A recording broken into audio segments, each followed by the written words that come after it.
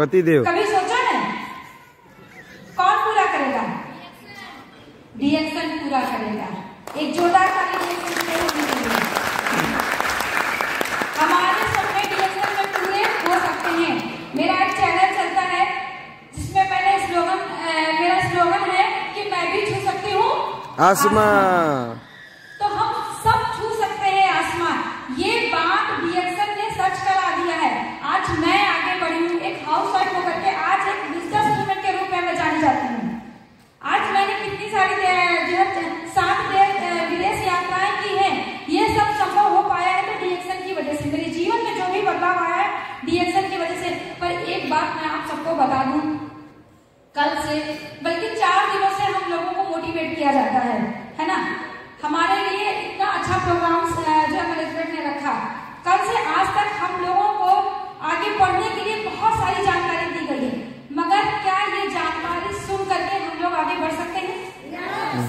हाँ, बढ़ सकते हैं जब इसको हम अपनाएंगे अपने जीवन में, जब हम करेंगे। बहुत से लोग होते हैं कि जितनी देर हाल के अंदर रहते हैं उतनी देर मोटिवेट होते हैं, पर हाल से निकलने के बाद मोटिवेशन खत्म हो जाता है। तो वो होना चाहिए? नहीं होना चाहिए, बिल्कुल भी नहीं होना चाहिए। ये बात मैं इसलिए कह रही हूँ क्योंकि अक्सर ये होता है बहुत सारे लोगों के साथ। अब हम लोगों की विदाई का समय आ रहा है। हमने जो सीखा 2 दिन में, बहुत अच्छा नॉलेज सर ने दिया, हमारे लीडर्स ने दिया, काउंसिलर से हमें बहुत अच्छा नॉलेज मिला। इस नॉलेज को हमें जाकर के मार्केट में देना है, दिखाना है। दिखाना है कि नहीं दिखाना है? यस। ये डुप्लीकेशन का मार्केट है ना? यस। यही हमको जाकर के अपने मार्केट में करना है। मैं एक स्टोरी सुनाना चाहूंगी प्लीज। एक लड़का था, वो पेट्रोल टंकी पे नौकरी करता था। वो गाड़ी में पेट्रोल भरता था। तो डेली एक मर्सिडीज गाड़ी आती थी और वहां पे खड़ी होती थी और वो लड़का पेट्रोल भरता था। और जब वो गाड़ी व्हाइट कलर की गाड़ी खड़ी होती थी लंबी सी, उसमें से एक साहब उतरते थे सूट बूट में एकदम भरत भैया की तरह। ऐसे सूट बूट में उतरते थे। तो वो लड़का जब भी उसमें गाड़ी में पेट्रोल भर रहा होता है, उस गाड़ी को बड़े ध्यान से देखता है और उन साहब को देखता है और मन ही मन सोचता है काश मेरे पास भी ऐसी गाड़ी होती, काश मेरा भी जीवन इतना अच्छा होता, काश मैं भी ऐसे सूट बूट से उतरता और मैं भी बोलता कि इस गाड़ी में पेट्रोल फुल कर दो। ये नहीं बोलता कि इतने पैसे का डाल दो, क्या बोलता? इस गाड़ी में पेट्रोल फुल कर दो। वो रोज देखता और फिर वो गाड़ी पेट्रोल भरा के फुल हो जाती, वो साहब पैसा देते और चले जाते।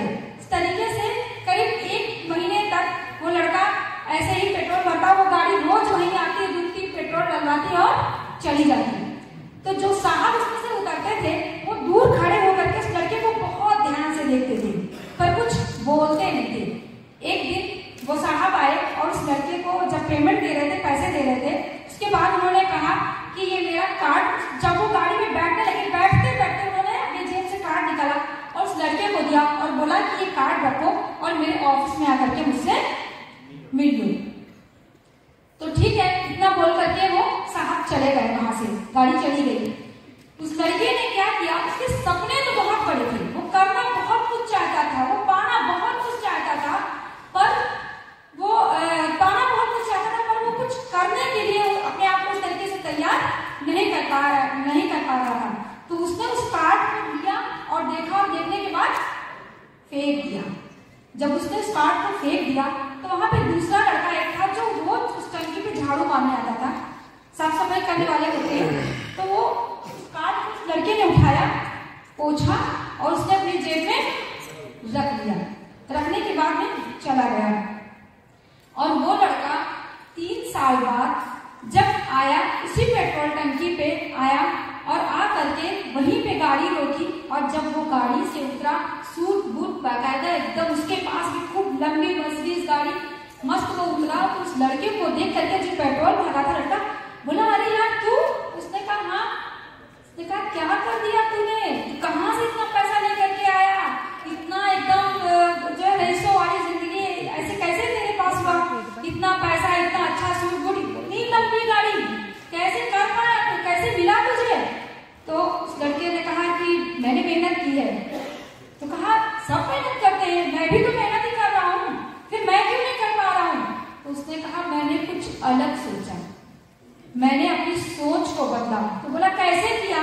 तब उस लड़के ने बताया कि एक साहब जो आते थे, जो यहाँ पे पेट्रोल भरवाते थे और आप उनको देखते थे, और उन्होंने एक दिन आपको एक कार्ड दिया था, और वो कार्ड आपको जब दिया तो आपने उस कार्ड को फेंक दिया था, और मैंने उस कार्ड को उठा करके रख लिया था। और उसके बाद यहाँ से जाने के बाद मैं उन साहब के पास उनके ऑफिस गया, और जाने के बाद मैंने साहब को बोला और अपनी सारी व्यथा बताई, अपनी सारी प्रॉब्लम बताई कि मैं किस तरीके से गरीबी से परेशान हूँ। और मैं आपको बताऊं कि आज की डेट में गरीबी और बीमारी से बड़ी गरीबी जो है सबसे बड़ी बीमारी बन गई है।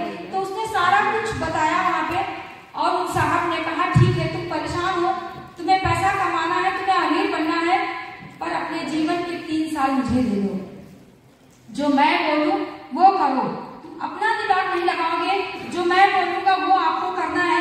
तो उस लड़के ने कहा ठीक है सर। उस साहब ने कहा कि मैं आपको अमीर बना दूंगा, मगर आपको 3 साल तक कोई सवाल जवाब नहीं करना है, जितना मैं बोलता हूँ उतना काम करना है। उस लड़के ने विश्वास किया उन साहब के ऊपर, और जो भी उन्होंने कहा वो उन्होंने माना, उनको गुरु बनाया और उनका कहना माना।